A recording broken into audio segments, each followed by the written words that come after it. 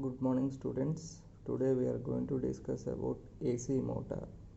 In the last class we discussed about alternator and synchronous generator. Now coming to the construction of alternator and construction of AC motor, both are same. The only the difference we have the principal operation is different. Now we'll see what is the principal operation of AC motor.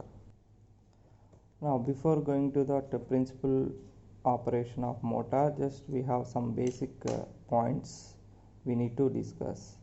Now in that one, the first topic is what is motor, second one is what is a synchronous motor, third one is why we call the motor as synchronous motor, and the fourth one is working principle of synchronous motor, and the fifth one is what is mean by synchronous speed, and the last one is nothing but classification of motors based on the types of inputs.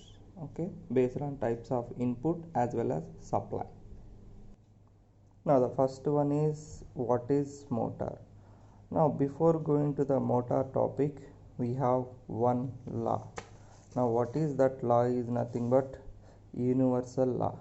Now what is that universal law? Name is conservation of energy.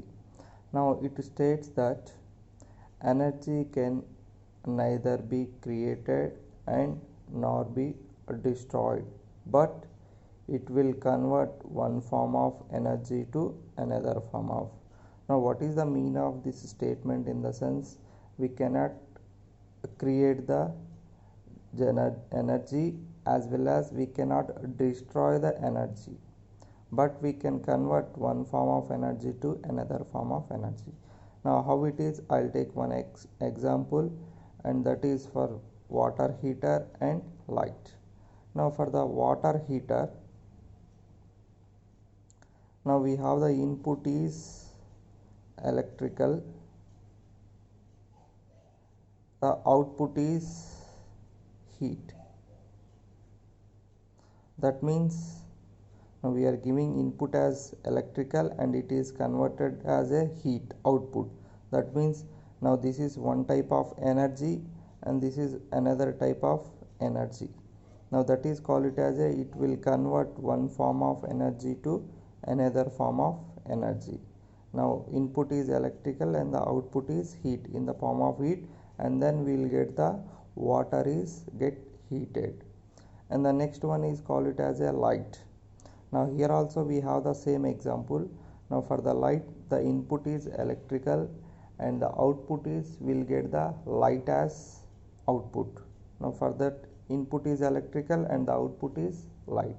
Now this is also one example for universal law. Now finally I can say that this is the it will convert one form of energy to another form of energy. Now based on this energy conversion and the based on universal law, all the devices are working. Now same as our motor also. Now first we will go for what is motor. Electrical motor is an electromechanical device. That means it is a electromechanical device that converts energy from electrical domain to mechanical domain. That means electrical domain in the sense the input of motor is electrical and the output of motor is mechanical. Now in between the processes occur. Due to the presence of that process, we'll get some losses. That the losses is nothing but some friction losses, windage losses, sound losses, rubbing losses, whatever the losses we have. Now all the losses will take it as a losses. During the internal process for the conversion of electrical input to the mechanical output, we have some losses. That the losses is nothing but variable losses. Now this is called it as a motor. Now this is a device which converts one form of energy to another form of energy. The one form is nothing but electrical and another form is nothing but mechanical.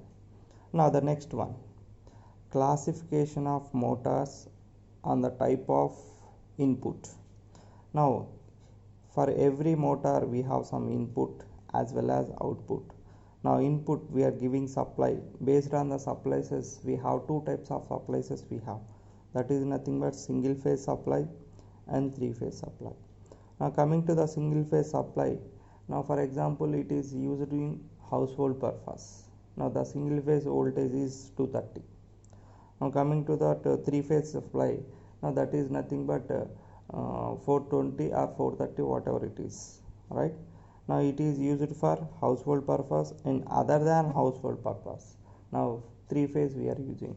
Now other than three phase, in the sense we'll take it as a restaurant, malls, shopping malls, markets, hospitals, all these things, okay, commercial complex will get power as three phase supply. Now this is not our related matter and this is our related topic, that is nothing but three phase motor, okay. Now among the three phase motors we mostly used induction motors and synchronous motor. What is the motor? Induction motors and synchronous motors.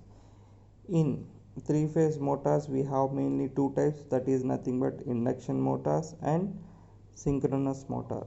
As per our topic we have induction motor and our topic is related to synchronous motor, and in the induction motor we'll see in the next class. Now the next one is what is synchronous motor. Now this is a topic we have. Now synchronous motor is nothing but AC motor, because of its supply is AC supply, that's why we'll call it as a synchronous motor. And synchronous motor is termed as doubly fed motor. Now what is mean by doubly fed motor? In the sense, now once you observe the construction of motor, now this is the stator and this is the rotor. Now in the stator we are giving supply with the help of three phase system, that is nothing but R, Y, P, red, yellow, blue, and it is directly connected to the stator winding, right? Now this is called it as a one excitation. Now coming to the, this is the pole we have rotor, right? Now in the rotor we'll have north and south poles. Now the rotor will rotate with the help of DC supply excitation. Now this is also one excitation. Now we are having here three phase excitation and we are having here DC supply excitation. Both this excitation will call it as a doubly fed motor, right? Now it is a fixed speed motor because it has only speed, which speed is synchronous speed. Now that means the stator in the stator winding we will have the magnetic flux. That magnetic flux is rotated with a constant speed, that the speed we will call it as a synchronous speed. Now we'll see what is the definition, exact definition of synchronous speed. Now synchronous speed is nothing but the speed of rotation of magnetic field produced by the stator of synchronous motor. In the stator winding we will produce the magnetic field. That magnetic field rotated with the speed, that the speed will call it as a synchronous speed. Now the synchronous speed will be defined as 120 F by P. Now that is mean, what is F? In the sense frequency of the AC supply. Now P is nothing but number of poles. Now F is nothing but, now if you observe this one, synchronous speed is directly proportional to frequency and inversely proportional to poles. That means if the frequency is increases, the synchronous speed is increases. The number of poles are decreases, the speed is increases. That means by the manufacturing time the poles are constant, that means there is no chance of increasing or decreasing of poles. Only the factor will be defect on frequency. The Indian standard frequency is 50. The next one is why we call this motor as a synchronous motor. That means the synchronous motor is called because of speed of the rotor of motor is the same as the rotating magnetic field on the synchronous speed of the rotating magnetic field. That means the speed of the rotating magnetic field is equal to the speed of the motor. That's why we'll call it as the synchronous motor as a synchronous speed. Now once you observe that a rotating magnetic field, when we apply three-phase supply to the three-phase distributed winding rotating machine, the rotating magnetic field is produced which rotates the synchronous speed. In that three-phase system we have RYB. Now three-phase system, the stator winding is placed 120 phase shift between three phases R and Y and B. 120, 120, 120, total 360. Now for imagine on stator of the electric motor where three-phase winding is physically distributed, that means 120 phase shift physically distributed in the stator core in such a manner that winding of each phase is separated from other by 120 in space. 120 phase different we have for three-phase system. We know that vector sum of these currents in a balanced three-phase system is 0. That means we have one diagram. Now for that one, now this is nothing but a three-phase system we have.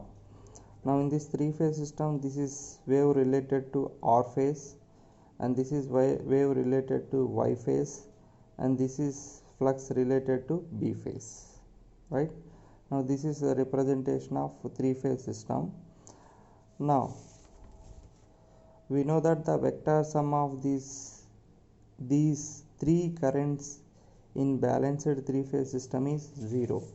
Now for that one, this is R phase, this is Y phase, this is B phase, R, Y, B. The sum of these three currents is equal to 0. Then only the system will be balanced, right? But the resultant of the magnetic field produced by the current is not 0. Rather, it will have constant non-zero value rotating in place in the respective to the timeline. That means the currents in the three phases is equal to 0, then the system is balanced. Now this is R, this is Y, this is B, RYB system we have. Now due to the presence of R, we have some magnetic flux. Due to the presence of Y, we have some magnetic flux, and similarly we have some magnetic flux. The current is 0, sum of these three is equal to 0, then the system is balanced. But the magnetic flux in the three phases RYB is not equal to 0. Now it is not equal to 0. Now that is called not equal to 0. We have some constant value. What is the constant value? We will have that the value will be changes. Now that means in the R phase we will have the magnetic flux, Y phase will have the magnetic flux, B phase will have the magnetic flux. The sum of the vector sum of all the three phase system is not equal to 0. We have some value that the value is nothing but some constant value. The constant value will take it as a, now this is the reference 0 angle, 30 angle, 45, 90, 36, like this. The magnetic field is rotating in the gap of stator as well as rotor. Stator and rotor. The magnetic flux, rotating magnetic flux will be rotating in the gap of stator and rotor. Now for that one, for the defining of magnetic flux, now we have equation.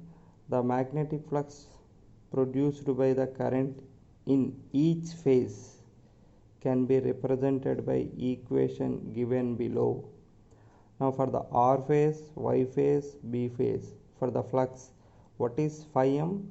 Maximum flux sin omega t for R phase.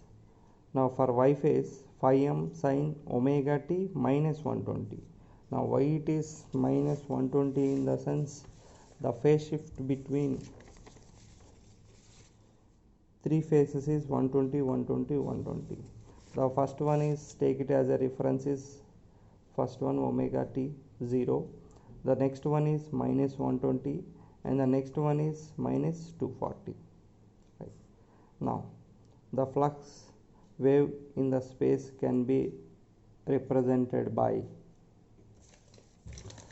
the three-phase system. That the three-phase system is this one, right?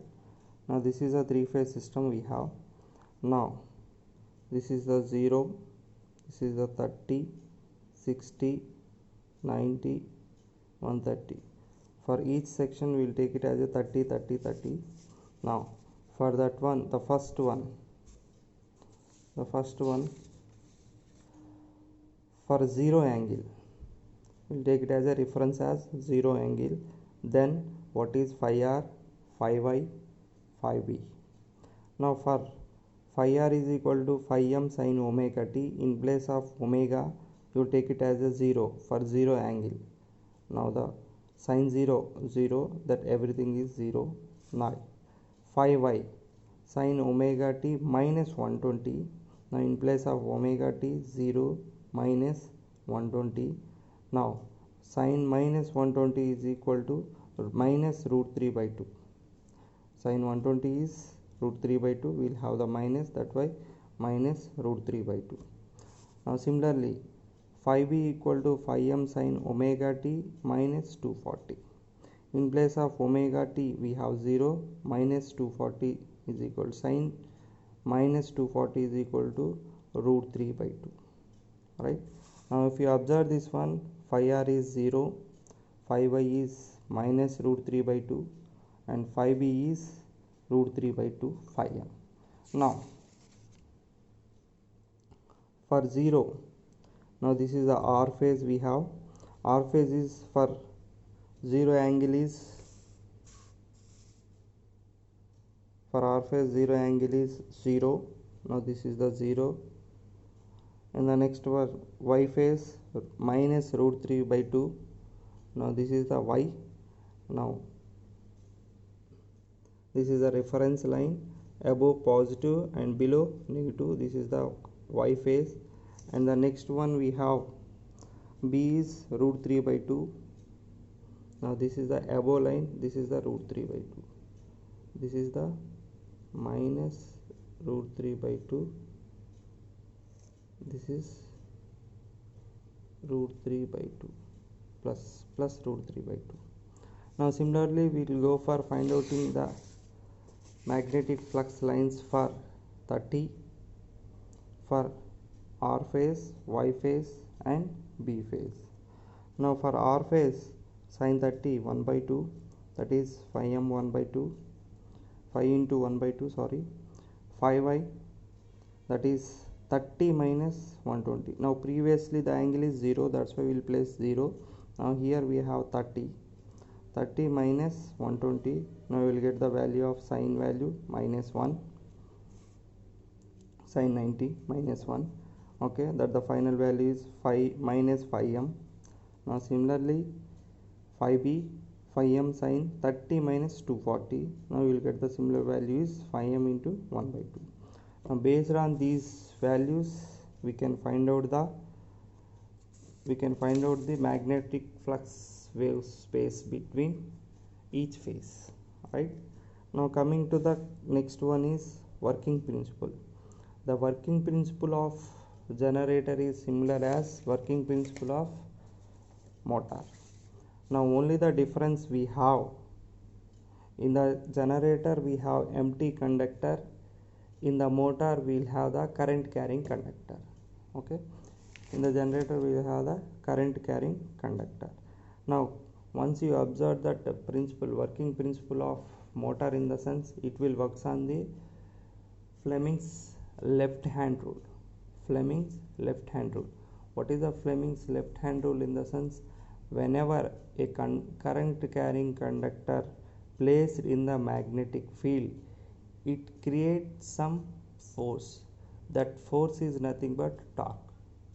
The rotation is nothing but torque. Due to the presence of some torque, the rotor will be rotated, and rotor speed and the rotating magnetic field is both are in the same way, then the motor will rotate at constant speed only.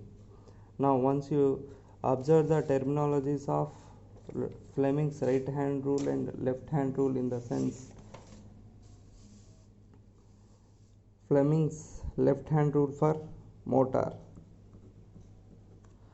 Now if you stretch fingers like this, now this direction is current, this the direction is magnetic flux.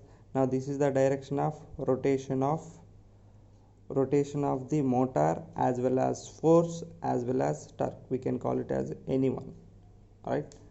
Now this is the working principle of motor, and the next class we will see the next topics. Thank you.